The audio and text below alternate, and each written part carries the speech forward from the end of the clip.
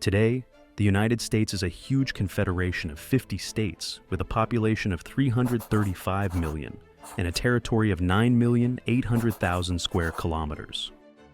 The United States could fit almost 18 France, 40 Great Britain, or 33 Italy. But that wasn't always the case.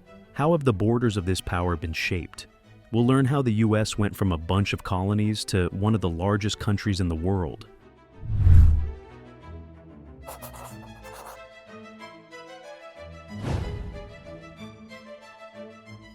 In 1565, the Spanish established St. Augustine in Florida.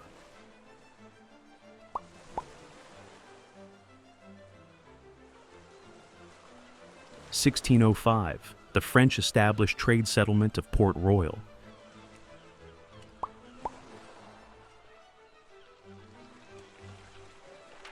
1607, the British established the first permanent colony named Virginia.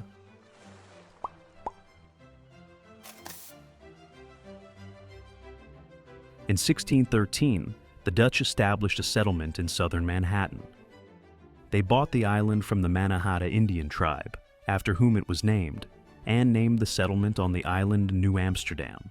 It would later be taken over by the British, and New York City would emerge in its place. In 1620, Pilgrims and Protestants founded a number of settlements in New England, and the Swedes founded New Sweden.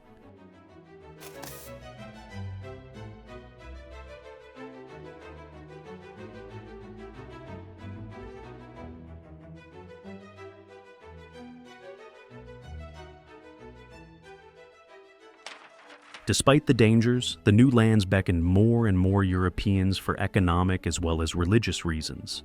The French established mostly trading settlements, moving inland, founding Quebec and Montreal, while the English annexed Dutch and Swedish settlements, establishing 13 colonies, as well as Hudson's Bay, a fur trading company.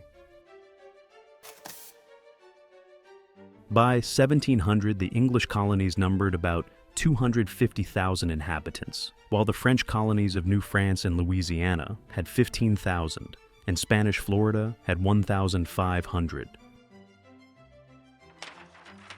The French possessions were predominantly commercial, consisting mainly of traders, fishermen, and fur producers, while the English engaged in deep colonization, growing tobacco and other crops with the help of slaves by the mid-17th century.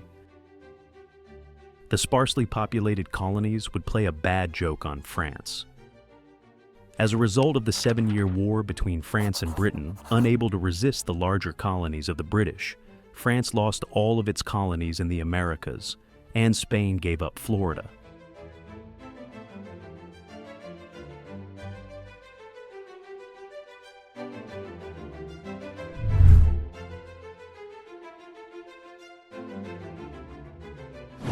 Having suffered heavy financial losses from the war, Britain decided to make amends by raising colonial taxes. The Tea Act, Stapt Act, Navigation Act, Wool Hat and Iron Acts, a tax on sugar imports into the colonies, placed a heavy burden on the colonists, many of whom did not understand what England was or why they should pay taxes to the king. In 1776, the 13 colonies rebelled and declared independence. The French, Spanish, and Dutch, wishing to weaken the British, gave strong support to the rebels.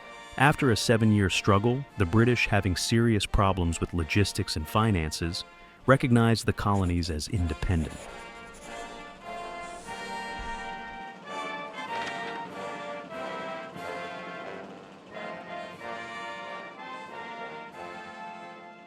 As a result of the War of Independence, France was able to regain French Louisiana and Spain Florida. But, lacking sufficient resources, Napoleon Bonaparte, strained by operations in the Caribbean and Europe, sold the French Louisiana to the United States in 1803, ending France's presence. And Spain, sinking into decline, gave Florida to the United States in 1821 and recognized the independence of Mexico.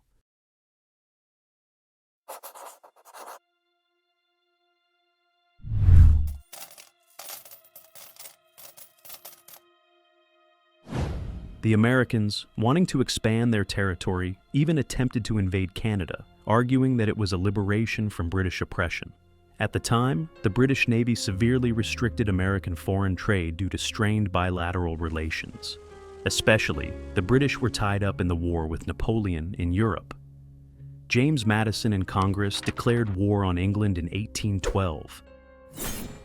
But the military campaign against the Canadians was unsuccessful, and in 1814, after Napoleon's defeat, significant British forces joined the conflict. In the same year, the British burned Washington and the White House, and in 1815, peace was signed on the terms of the status quo.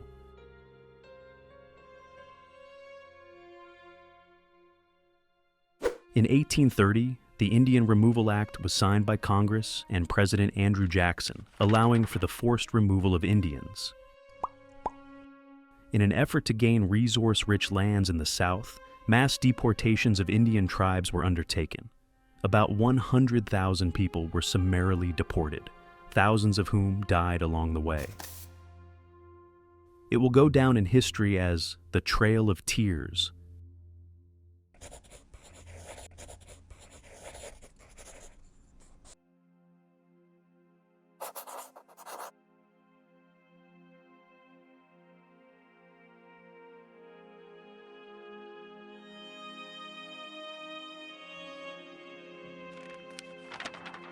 Texas had long been a part of Mexico. However, in 1836, it declared independence. In 1845, the U.S. incorporated Texas, which caused tensions with Mexico and subsequently war. Under the Peace Treaty of 1848, the U.S. received vast territories including California, Arizona, New Mexico, Nevada, and Utah. This treaty was a crucial step in shaping the modern map of the country.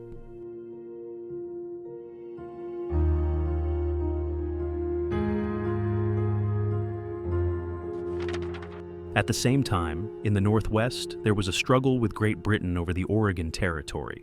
Both countries claimed this region.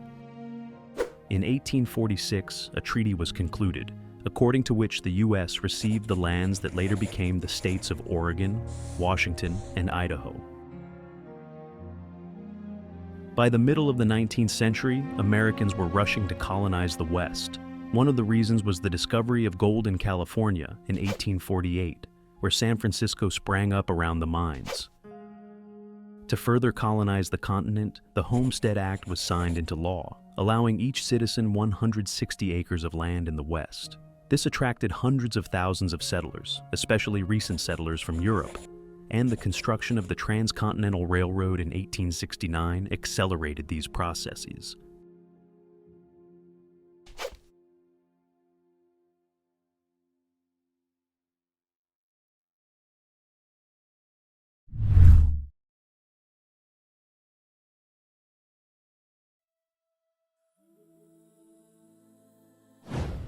In 1867, the Russian Empire decided to sell Alaska.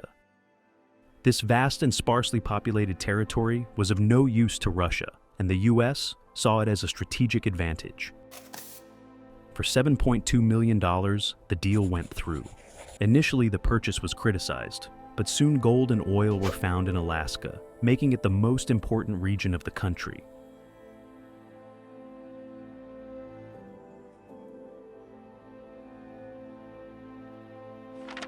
After the Civil War, the U.S. economy was growing rapidly, and new markets and access to resources were needed for continued growth. Ideas such as manifest destiny expanded into the international arena. This belief that the U.S. was destined to spread its values and influence became the basis for intervention in other countries. In addition, at this time, European powers were actively colonizing the last continent, Africa, and the U.S. did not want to give up influence to other powers along its shores.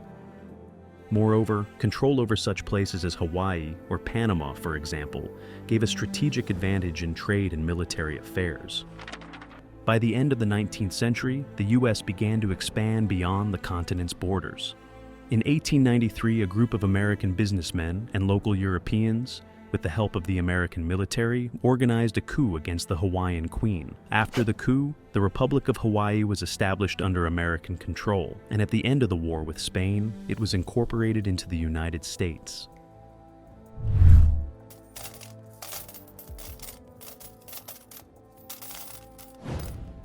With significant economic interests in Cuba, the Americans attempted to expel the Spanish by taking control of the region.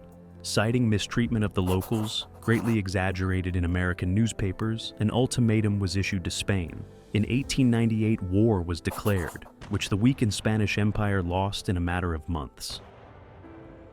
As a result of the war, the U.S. gained Puerto Rico, Guam, and the Philippines, and Cuba became formally independent. The Americans recognized the need for a passage to connect the Pacific and the Atlantic Oceans. This would significantly reduce cargo transportation time and logistics costs. The French were the first to attempt to build the Panama Canal, but their attempt failed due to poor management. Colombia, whose territory was Panama, had a negative attitude towards European and American influence, which could create an ownership problem in the future. As a solution to the problem, the U.S. financed Panama's independence movement, and in 1903, with the support of U.S. troops, Panama declared independence, soon giving the states perpetual possession of the land to build a canal. The construction took 10 years, $400 million, and over 5,000 lives.